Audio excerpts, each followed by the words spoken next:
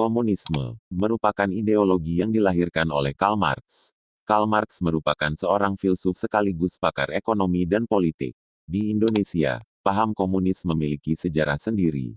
Sebelum diharamkan, pasca tragedi berdarah pada 1965 alias G30 SPKI, paham komunisme sudah berkembang masif di tanah air. Bagaimana paham komunis masuk ke Indonesia?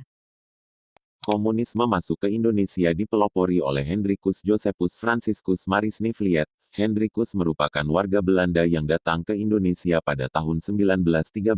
Bersama Adolf Bahr, Hendrikus mendirikan Indische Sozialdemokratische Vereniging, ISDV. Awalnya organisasi ini tidak mempropagandakan komunis. Namun, lambat laun mengubah diri menjadi berpandangan komunis. Setelah keberhasilan revolusi Rusia,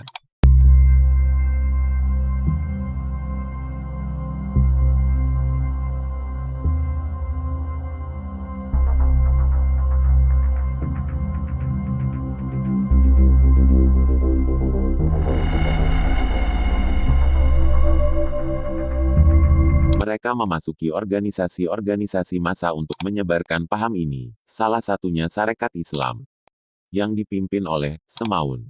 Kemudian SI terbelah menjadi SI Merah dan SI Putih.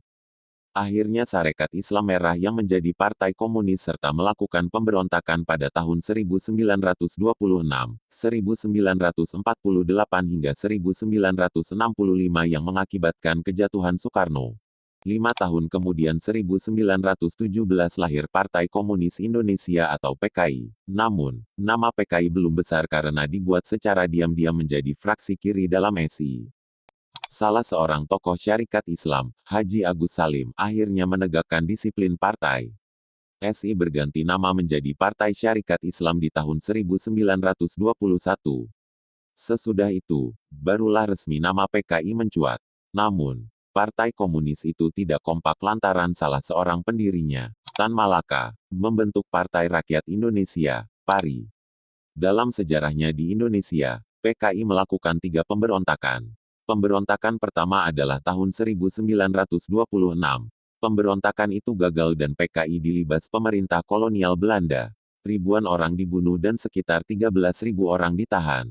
Sejumlah 1.308 orang, umumnya kader-kader partai, dikirim ke Bovendigul, sebuah kamp tahanan di Papua. Gerakan bawah tanah membangkitkan PKI hingga kembali solid.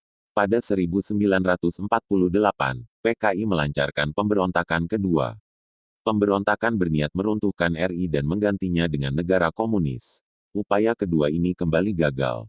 Literatur mencatat pemberontakan ketiga dilakukan pada 1965, lagi-lagi gagal.